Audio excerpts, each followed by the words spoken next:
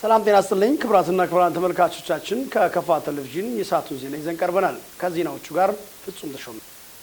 የደቡብ ምዕራብ ኢትዮጵያ ሕዝቦች ክልል ጤና ቢሮ የጤናማ እናትነት ወርን አስመልክቶ የውይይት መድረክ በቦንጋ ከተማ አካሄደም። ፍትሃዊ ተደራሽነትና ጥራት ያለው የቅድመ ወሊድ ክትትል በወቅቱ በማስጀመር ጤናማ እናትነትን ማረጋገጥ እንደሚገባ ተጠቁሟል። ብርክታይት ብርሃኑ በመድረኩ ተገኝተው ንግግር ያደረጉት የደቡብ ምዕራብ ኢትዮጵያ ሕዝቦች ክልል ጤና ቢሮ የእናቶች ህጻናትና አፍላ ወጣቶች ጤና ስራ አስፈጻሚ አቶ መሰረት ወልደ ማርያም እናቶች የቅድመ ወሊድ ክትትልን ከ12 ሳምንት ወይም ከ3 ወር አስቀድሞ በመጀመር የራሳቸውና የህጻናትን ጤና መጠበቅ እንዳለባቸው ገልጸዋል። እንደ ክልላችንም የረጅም ጊዜ የቤተሰብ እቅድ አገልግሎት ተጠቃሚነት ጥሩ ነው። ከጊዜ ወደ ጊዜ እየተሻሻለ እየመጣ ያለበት ሂደቶች አሉ። እንደውም የዚህ 6 ወሩ ወደ 39 ደርሷል። 50 መድረስ አለበት ብለን ነበር አቅደን የተነሳ ነው። ጥሩ ነው አካሄዱ። ግን ከጥራቱ ጋር አካሄድ ስናየው ክፍተቶች አሉና ሌሎችም አሁን ተደራሽ ያሉን ቦታዎችን ከተለያዩ ፓርትነሮች ጋር ቀጣይ የምንሰራቸው ነገሮች ይሆናሉ። ከዛ ባለፈም ደግሞ በቤተሰብ እቅድ አገልግሎት እየሰጠን አቅዶና አልሞ ወደ ልጅ ማፍራት አለብን ቤተሰብ ማፍራት አለብን ብሎ የገቡት እናቶችን ምን ማድረግ አለብን? የቅድመ ወሊድ ክትትል በጊዜው ማስጀመር መቻል አለብን። አሁን ፈተናም የሆነ ያለው ለህፃንም ለጽንሱም ለእናቱም አደጋ የሆነ ያለው የቤተሰብ እናቶች ቅድመ ወሊድ ክትትል ጥራት ጉዳይ ነው። ስለዚህ ይሄን ከዚህ በኋላ በዚህ ወር ንቅናቄ እስከታች እንዴት አድርገን መስራትና አሁን በተቀመጠው ኢኒሼቲቭ መሰረት ቢያንስ አንድ እናት ትክክለኛ የሆነ የቅድመ ወሊድ አገልግሎት ጀምራለች ከተባለ ካረገዘችበት ከ12 ሳምንት ቀድማ መጀመር መቻል አለባት።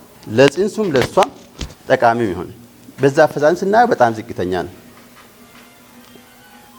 18% ማለት በጣም ዝቅተኛ ነው። እንደኛ እዚህ ኤርሊ ማስጀመር ማለት ከ12 ሳምንት ሳይሞላ ወይ 3 ወር ቀድማ ጀምራ ብዙ ላብራቶሪ ብዙ ግኝቶች ስለ ጽንሱ ስለ እናት ደህንነት መሰሩ ነገሮች አሉ። ያን ጤና ኤክስቴንሽን ማናት ነፍሰ ጡር የሆነችው ብሎ ነገር ለይታ የሚመለከተው ጤና ተቋማት ጋር ኮሙኒኬት ጋር ከመስራት አኳያ ያለው ክፍተቶችን ማጠናከር አለብን። እንደ ኃላፊው ገለጻ በክልሉ የእናቶች የወሊድ መቆጣጠሪያ አጠቃቀም ምጣኔ 84% መድረስ መቻሉን ገልጸዋል። የደቡብ ምዕራብ ኢትዮጵያ ሕዝቦች ክልል ጤና ቢሮ የዩኒሴፍ ቴክኒካል አማካሪ አቶ ዘሪሁን ታምራት በበኩላቸው በባለፈው 6 ወር አፈጻጸም ላይ የታዩ ጉድለቶች በቀጣይ ትኩረት ተሰጥቶበት ሊሰራ እንደሚገባ አስገንዝበዋል። ከተገኙ እናቶች በላይ ታክመዋል የሚል ሪፖርት አለና ስለዚህ እናቶች ከየት መጡ የሚለው ምላሽ ሊያገኝ ይገባል።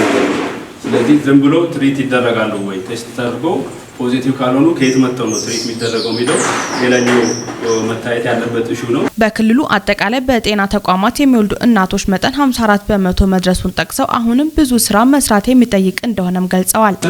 50% ለመድረስ ጥሩ እየሄድን ነው። ከአምናም ጋር ሲታይ የተሻለ ነው። ከከበሬ ደግሞ ታርጌት አድርገን ከተነሳ ነው 46% ነውና ትንሽ ስራ የሚፈልጉ ወይስ ቶሞ ሸካና ኮንታ ላይ ስራዎች ይፈልጋሉ። ከክልሉ አብሬጅ ዝቅ ያለ ነውና ስለዚህ ይሄ ነገር በደንብ መታየትና በእናንተ በኩል እንዴት እናረጋለን የሚለው በክልሉ 88% የሚሆኑ የጤና ተቋማት የወላድ እናቶች ማቆያ ያላቸው ቢሆንም ሁሉም የተሟላ አገልግሎት እየሰጡ አለመሆኑ ተመላክቷል። በመጨረሻም የእናቶች ጤና እንክብካቤ ያለበት ደረጃ ብዙ ስራዎችን የሚጠይቅ በመሆኑ ሁሉም ባለድርሻዎች የበኩላቸውን መወጣት እንዳለባቸው ተገልጿል። በተመሳሳይ የጤና ዜና ጥራት ያለውን የጤና አገልግሎት ተደራሽ ለማድረግ ከወቅቱ ጋር የሚካሄድ አገልግሎት አሰጣጥ ሂደት መከተል እንደሚገባም ተገለጸ። የቦንጋ ከተማ አስተዳደር ከንቲባ ጽሕፈት ቤት ለቦንጋ ጤና ጣቢያ አጠቃላይ የደም ምርመራ ማሽን ለግሷል። ምህረት ብርሃኑ ተጨማሪ አላት። የአጠቃላይ የደም ምርመራ ማሽኑ ጠቀሜታ ላብራቶሪያችን የሲቢሲ ማሽን ምርመራ ጀምረናል። የሲቢሲ ማሽን ማለት በደማችን ደም ውስጥ የሚታዩ ምርመራዎችን የሚያደርግልን ነው። እነዚህ ምርመራዎች የበሽታ የመከላከል መጠን የደም ማነስ ምርመራዎችን የሚያደርግልን የበሽታ መከላከል አቅማችን ምን ያክል እንደሆነ ሰውነታችን ኢንፌክሽን ምን ያክል ለኢንፌክሽን የኢንፌክሽን መጠኑ ምን ያክል እንደሆነ የሚለዩልን ምርመራዎች የተለያዩ ምርመራዎች በጣም ብዙ ዲፈረንሻሎች አሉት። እነዛን የምናይበት ምርመራ ነው። ስራን ለማቅለል ሲቢሲ ማሽን በከተማ አስተዳደር ግዢ ተደርጎ አሁን አገልግሎት ላይ ውሏል። ያው ከንቲባው እንትን ባለ መሰረት ማለት ነው። ያው ሲቢሲ ማሽን ሲጀምር ምንድነው ስራዎችንና የታካሚውንም እንግልት ለመቀነስ ታካሚው ከዚህ በፊት ማለት ትክክለኛ ውጤት ይዞ ለመሄድ ያው ውጪ ሄዶ ነው እያሰራ እያመጣ የነበረውና ያንን እንግልት ለመቀነስ አሁን በከተማ አስተዳደር ይሄ ማሽን መጥቶ አሁን የታካሚውንም እንግልት ይቀንሶልናል። ትክክለኛ ውጤት ወጥቶ ትክክለኛ መድኃኒት ይዞ ታካሚው ወደ ቤቱ የሚሄድበት ሂደት ነው ያለው። ሲቢሲ ማሽን በወረዳ ስታንዳርድ የሌለው በጤና ጣቢያ ስታንዳርድ የሌለው በአሁኑ ሰዓት የቦንጋ ጤና ጣቢያ የመጀመሪያ ጊዜ ሲቢሲ ማሽን አስገብቶ ስራ ላይ ያዋለበት ሂደት አለው። ያ ደግሞ የኬዝ እርካታ ይኖረዋል። እርካታ ሲኖር ደግሞ ህብረተሰቡ ራሱ ይህን ጤና ጣቢያ ይመርጣል። ሁለተኛ አልፎም ደግሞ የሆስፒታሉን ጫና የሚቀንስበት ሂደቶች አሉበት። የቦንጋ ከተማ አስተዳደር ከንቲባ ይህንን ማሽን ለመግዛት መነሻ የሆነው ይህን ማሽን ለመግዛት ወይንም ለዚህ ማሽን በጀት እንድንመድብ መነሻ ሀሳብ የሆነው በተቋሙ ተገኝተን የቦርድ ስብሰባ ባካሄድንበት ወቅት ነው። የቦርድ ስብሰባ አካሄደን ነበር። የጤና ቦርድ አጠቃላይ አገልግሎት አሰጣጡን እና በአጠቃላይ ህዝቡ የሚገለገልበትን ወይም የሚያገኘውን የጤና አገልግሎት ስናይ ከዚህ በበለጠ ደግሞ ከዚህ ባለፈ ችግሩ ለተቋሙ ችግር ምንድነው ስንል የቀረበው ትልቁ ችግር ሲቢሲ ማሽን ያለ መኖር ነው። ከዛ ውጪ አሁን ባለን ተገቢ አገልግሎት እየሰጠን ነው የሚል ቀረበ። እኛም በመልከታ እንዳረጋገጥ ነው ተቋሙ የተሻለ አገልግሎት ይሰጣል። ውስጡም ማራኪ ነው። ስናየው ይሄ እንደ ጉለት ተነሳ። የሲቢሲ ማሽን እንደ ጉለት ሲነሳ ምን ያህል ይሆናል ነው እኛም በወቅቱ ያሰብነው። ይሄን ጥያቄ አቅርቡና እስቲ እኛም ወስደን እኔ ብለን አሳይመንት ይዘን መጣን። እንደ ከተማ አስተዳደር ይሄን ማሽን ቢንገዛ የሚኖረውን ፋይዳ ለየንና ፋይዳውን ገመገምን። ስናይ ትልቅ ፋይዳ አለው ነው እውነት ለመናገር የአጠቃላይ ደም ምርመራ ሊያካሂድ የሚችል ትልቅ ማሽን ነው ሲቢሲ ማሽን የሚባለውና እነሱ በወቅቱ ያቀረቡት የበጀት ጥያቄ 350 ሺህ ነው። 350 ሺህ ሲያቀርቡ እኛ ምናልባት የወቅቱ ገበያ ሁኔታ አይታወቅም በማለት ጨምረን ነበር በጀት የመደብነው ወደ 400 ሺህ መደብን። ይሄን 400 ሺህ መድበን 400 ሺህም ከኛ ፋይናንስ ወደ ጤና ጣቢያ እንዲተላለፍ አደረግንና ይሄን ከወሰዱ በኋላ ግን የወቅቱ ጨረታ ከዛም ጨምሮ ስለተገኘ እነሱም ጤና ጣቢያውን ከውስጥ ገቢው ጨምሮ ትንሽ ሌላ ገንዘብ አለ። በአጠቃላይ ይሄ ሲታይ ይሄን የመደብነው ያን የተነሳው ትልቅ ተብሎ ትልቅ አሁን ለኛ ይሄ መልስ ቢሰጥ ይሄ ማሽን ቢመጣ አገልግሎታችን ወይ ጤና ጣቢያ አገልግሎት ከዚህ የበለጠ ማሳለጥ እንችላለን የሚል ስለቀረበ እኛም ጉዳዩን አምነን ስለወሰንን ነው መተን በካቢኔ ተነጋገርን። ካቢኔውም ወሰነ፣ በጀት ተያዘ። ይህ ማሽን ለመገዛት መነሻ የሆነው ይሄ ነው ለማለት ነው። እንዲህ ያለ እንቅስቃሴ ሌሎች በተመሳሳይ ደረጃ ላይ ላሉ ተቋማት ልምድ በመቅሰም አካባቢያቸውን ሊጠቅሙ ይገባል ተብሏል። ማሽኑ ሲታይ በእርግጥ ትልቅ ጠቀሜታ ያለው ነው። አሁን የትም ቢከድ ውጪም ሲከድ ወደ ውጭ ሰዎች በሚታከሙበት ጊዜም የምርመራ ወጪ ነው ከፍተኛ የሆነ ያለው። ይሄን ደግሞ ከውስጥ ሰው ካገኘ ትልቅ እርካታ ሊሰጥ የሚችል ወይም ትልቅ አገልግሎት ጠቀሜታ ሊሰጥ የሚችል እንደሆነ ይታወቃል። ከዚህ ስንነሳ አሁን ለምሳሌ ብንወስድ የማጠሚያ አገልግሎት አሁን እኛ በቅርቡ አስጀምረናል። ከዚህ ማህበረሰብ አቀፍ ጤና መድን ከዚህ በፊት ቦንጋ ላይ ያው ለረጅም ጊዜ ተሰርቶ መጥቶ የአባላት ምጣኔ ባለመድረሱ ቆየውን ባለፈው በቅርብ ጊዜ ላውንች እንዲደረግ ተደርጎ ስራው ተጀምሯል። ይሄ ስራ ሲጀመር አንዱ ለዚህ ህዝቡ ለሚያነሳው ወይም ማህበረሰቡ ለሚያነሳው ቅሬታ ተገቢ አገልግሎት አላገኘንም ለሚለው ትልቅ ምላሽ ሊሰጥ የሚችል ነው። ቢያንስ ይሄ ምርመራ ከውጭ ሲያገኙ ከውጭ ከሚያገኙት ምርመራ ጋር በወጪ ኮምፔር ቢደረግ ወይም ቢወዳደር ትልቁን ድርሻ ሊሸፍን የሚችል ነው። ስለዚህ የኛ ህዝብም ይሄን አውቆ ወደዚህ ጤና ጣቢያ እየደረሰ ይሄን አገልግሎት ሊያገኝ ይገባል። በዋናነት የተገዛው ህዝቡ ተጠቃሚ እንዲሆን ነው። ህዝቡ ይሄን አገልግሎት ከውጪ በውድ ዋጋ ከሚያገኝ በመንግስት ከገባው ማሽን በተመጣጣኝ ዋጋ የጤና አገልግሎት እንዲያገኝ ነውና ሌሎችም ይሄንን ፈለግ ቢከተሉ ችግር ይፈታል ብዬ አስባለሁ። በተለይ የሕክምና ወጪ በውድ ዋጋ ከውጭ የሚያገኙትን ወጪ እንደዚህ ከመንግስት ተቋም ማግኘት ከተቻለ የህብረተሰቡን ሮሮ ይቀንሳል ብዬ ስለማስብ ጠቀሜታው የጎላ ነው ለማለት ነው። ይህ እንዲሳካ ላደረጉ አካላት ምስጋና አለኝ ያሉት የቦንጋ ከተማ አስተዳደር ጤና ጣቢያ ኃላፊ አቶ አድማሱ አበራ ናቸው። ትልቅ ማሽን ለህብረተሰብ ገዝቶ ሲሰጥ ያለማመስገን ጥፋት ነው መሆኑና ይሄ ትኩረት ሰጥቶ የራስ ተቋም ነው ለህዝብ ምላሽ መስጠት አለብኝ በሚለው ያንን ላደረገበት በጣም ትልቅ። በኢትዮጵያ ካቶሊካዊት ቤተክርስቲያን የጅማ ቦንጋ ሀገረ ስብከት 6ኛ የሞዲዮ ሰማዕታት መታሰቢያ በዓል በድምቀት ተከበረ። በእምነት ጽናት ምሳሌነታቸውን ለትውልዱ ትተው ያለፉ ሰማዕትነት መታሰቢያ ከብዙ ዓመታት በኋላ በመከበሩ መደሰታቸውን የባሉ ታዳሚዎችና ካህናት ገልጸዋል። አማኑኤል ኃይሌ ያዘጋጀውን ዘገባም ብሩክታይት ብርሃኑ ታቀርባለች።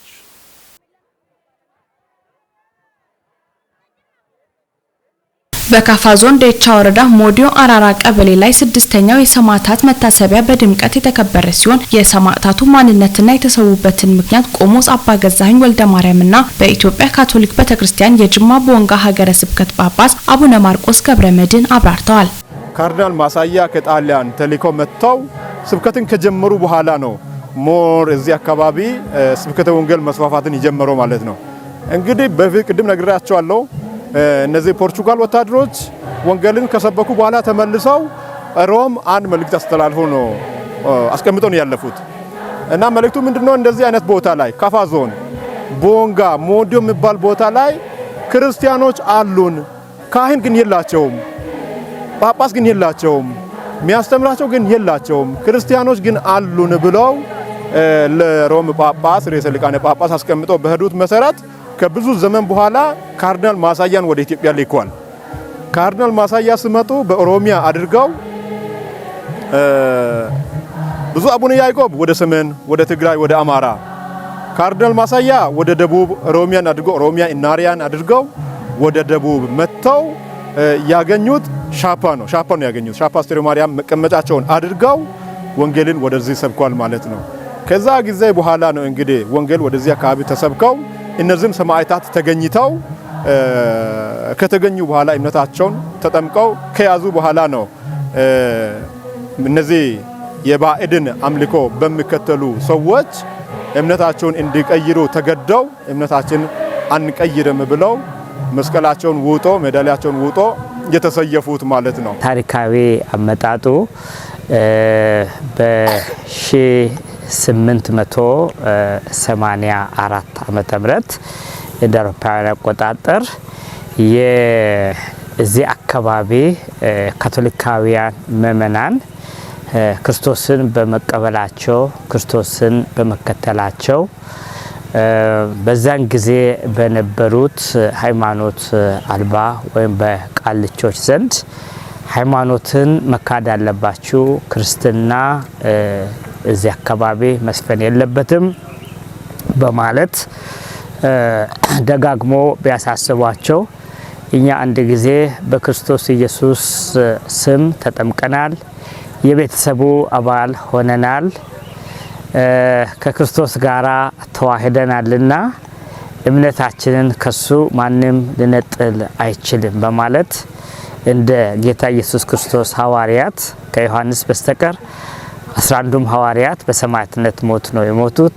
ከዛም እንደ እስጢፋኖስ ዲያቆኑ እስጢፋኖስም እንደዛ ነው የሞተውና ልክ በተመሳሳይ ሁኔታ ከ300 በላይ ምእመናን በተለያየ ቦታ በከፋ በተለያየ ቦታ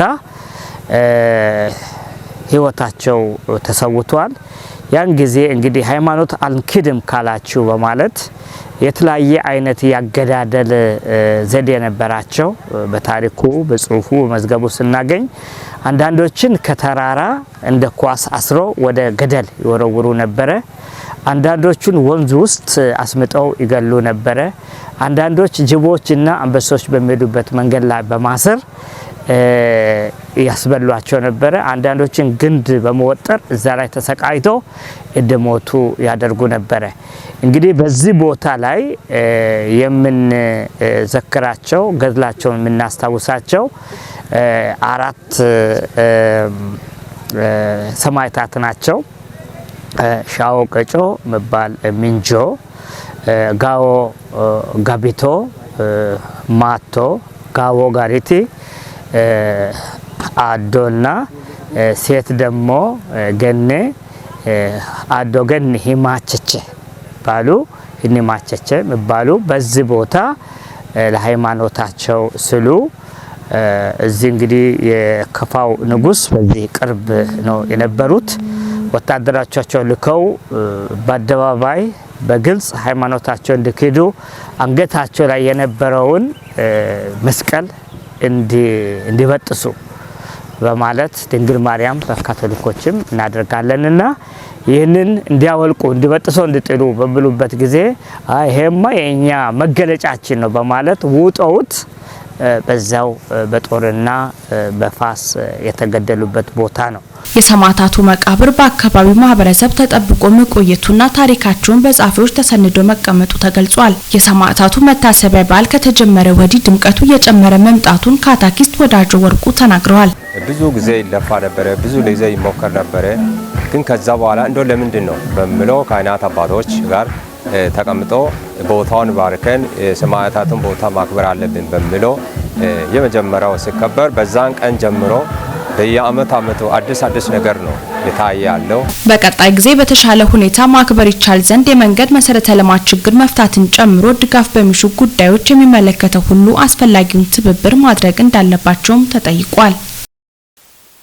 የሸኮ ብሔረሰብ የዘመን መለወጫ ቲካሻ ቤንጊ በዓል በድምቀት ተከብሯል። ቲካሻ ቤንጊ በዓል የአንድነት ክረምት አልፎ በጋ የተተካበት የማሽላ ምርት የሚገባበት እንዲሁም የግራዋ ማር የሚቆረጥበትና ሌሎች የደረሱ ምርቶች የሚሰበሰቡበት እንደሆነም ተገልጿል። ዘገባው የባልደረባችን አንተነህ ፍቃዱ ነው። ምረታ ብርሃኑ ታቀርባለች። የሸኮ ወረዳ ዋና አስተዳዳሪ አቶ አሪ ጉርሞ የሸኮ ብሔረሰብ የራሱ ባህል ቋንቋና ታሪክ ያለው የስራ ባህልን እጅግ የሚያከብሩ በፍቅር ባህል የመኖር ልምድ ያካበቱ ታላቅ ሕዝብ መሆኑን ተናግረዋል። የቤንች ሸኮ ዞን ዋና አስተዳዳሪ አቶ ሀብታሙ ካፍቲን ባህል በኢኮኖሚ እድገት ውስጥ ያለው ፋይዳ የላቀ መሆኑን ተናግረዋል። በዓሉ እርቅን፣ አብሮ መኖርን፣ ባህላዊ ዳኝነት ስርዓት የሚጠናከርበት ታላቅ በዓል ነው ብለዋል። የክልሉ ባህል ቱሪዝምና ስፖርት ቢሮ ኃላፊ አቶ ፋንታሁን ብላቴ ባህል የአንድነት ህዝብ የማንነቱ መገለጫ የማዕዘን ድንጋይ ነው ብለዋል። ባህል ለዘላቂ ሰላም አይተኬ ሚናን እንደሚጫወት ተናግረው ማሳደግ፣ ማበልጸግ፣ መጠበቅና ለትውልድ ማስተላለፍ ይጠበቅብናል ብለዋል። የክልሉ ምክር ቤት ዋና አፈ ጉባኤ የተከበሩ አቶ ወንድሙ ኩርታ የሸኮ ብሔረሰብ የራሱ የሆነ ባህል ወግና ታሪክ ያለው ህዝብ መሆኑን ተናግረዋል። በዓሉ የተጣሉትን የሚያስታርቁበት፣ ተፈጥሮን የሚንከባከቡበት፣ አብሮነትን አስቀድሞ የሚያውቅ ህዝብ በዓል ነው ብለዋል። የቲካሻ ቤንጊ ስርዓት ከዚህ በፊት ይከበር እንደነበርና በመሃል ለ50 ዓመታት በተለያዩ ምክንያቶች ባለመከበሩ የታሪክ መሸራረፍ እንዲፈጠር አድርጓል ብለዋል። የክልሉ የመንግስት ዋና ተጠሪ አቶ ጸጋዬ ማሞ ከዚህ በፊት በዓሉን በአደባባይ ማክበር የማይቻልበትና የተለየ ስሜት የሚሰጥበት እንደነበር ጠቅሰው አሁን ላይ ይህንን አመለካከት በመለወጥ በዓሉን በአማረ መልኩ በአደባባይ ማክበር ተችሏል ብለዋል። አቶ ጸጋዬ አክለውም ትስስራችንን አጠናክረን በዙሪያችን ያሉ ጸጋዎችን ጠብቀን በማልማት ተጠቃሚ መሆን ይጠበቅብናል ብለዋል። ጠቅላይ ሚኒስትር ዶክተር አብይ አህመድ በጣሊያን አፍሪካ ጉባኤ ላይ እየተሳተፉ ነው። ጠቅላይ ሚኒስትር አብይ አህመድ ከሌሎች የአፍሪካ መሪዎች ጋር በጣሊያን ጠቅላይ ሚኒስትር ጆርጂያ ሚሊዮን አስተናጋጅነት በተሰናዳው የጣሊያን አፍሪካ ጉባኤ እየተሳተፉ ይገኛሉ። ጉባኤው የጋራ እድገት ድልድይ በሚል መሪ ሀሳብ ነው እየተካሄደ የሚገኘው። በጉባኤው ማቲዮ ፕላን ፎር አፍሪካ የተሰኘው የጣሊያን እቅድ ቀርቦ ውይይት እንደሚካሄድበት የጠቅላይ ሚኒስትር ጽሕፈት ቤት መረጃም ያመለክታል። በኢትዮጵያ ወረርሽኝን ለመከላከልና ምላሽ መስጠት የሚያስችል የ113 ሚሊዮን ዶላር ፕሮጀክት ይፋ ተደርጓል። በማስጀመሪያ መርሃ ግብሩ ላይ የጤና ሚኒስትር ዶክተር ሊያ ታደሰና የግብርና ሚኒስትር ዶክተር ግርማ አመንቴና የዓለም አቀፍ የጤና ድርጅት የቀጠናው ተወካዮች ተገኝተዋል። ፕሮጀክቱ በቀጣይ 3 ዓመታት በተለያዩ አካባቢዎች ተግባራዊ እንደሚደረግ የሚኒስትሩ መረጃ ያመለክታል። የፕሮጀክቱ ዋነኛ ትኩረትም የላቦራቶሪ አቅምን ማሳደግ፣ በጤናው ዘርፍ የቅኝት ስራዎችን ማጠናከር እንዲሁም የሰው ኃይል ግንባታን ማጠናከር መሆኑን ተገልጿል። ዶክተር ሊያ ታደሰ በጤናው ዘርፍ የወረርሽኝ መከላከል አቅምን ለማሳደግ እንዲሁም አፋጣኝ ምላሽ ለመስጠት ፕሮጀክቱ ወሳኝ መሆኑን ተናግረዋል ሲል የዘገበው ፋና ነው።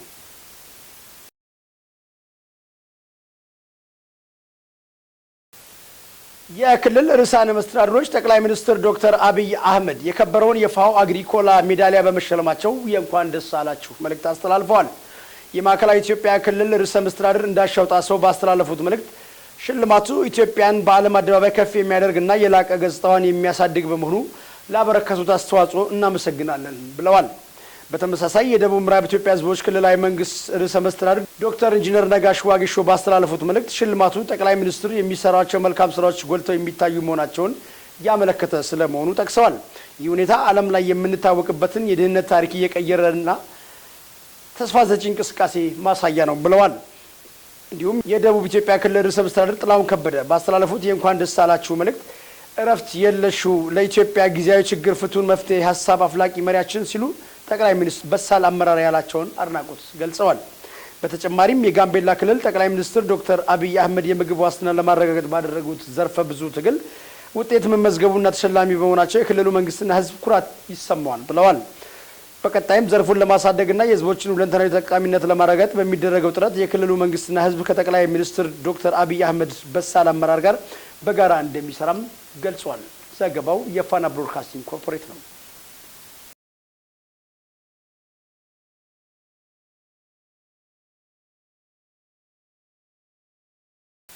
ወደ ስፖርት መረጃ ስንሻገር በ34ኛው የአፍሪካ ዋንጫ ጥሎ ማለፍ ጨዋታ ትናንት ምሽት ቀጥሎ ሁለት ጨዋታዎች ተካሂደዋል። ትናንት በተካሄደው የጥሎ ማለፍ ጨዋታ ዲሞክራቲክ ሪፐብሊክ ኮንጎ ግብጽን በመለያ ምት በማሸነፍ ሩብ ፍጻሜውን የተቀላቀለች አራተኛው ሀገር መሆን ችላለች። እና ክቡራን ተመልካቾቻችን ከከፋ ቴሌቪዥን ያዘጋጀነው የሰዓቱ ዜና የተከታተላችሁት ይመስል ነበር። ከቀሪ የከፋ ቴሌቪዥን ዝግጅቶች ጋር አብራችሁ እንድትቆዩ እየጋበዝኩ ዜናውን በመምራት ፍጹም ተሾመ ከእናንተ ጋር ቆይታ አድርጌያለሁ።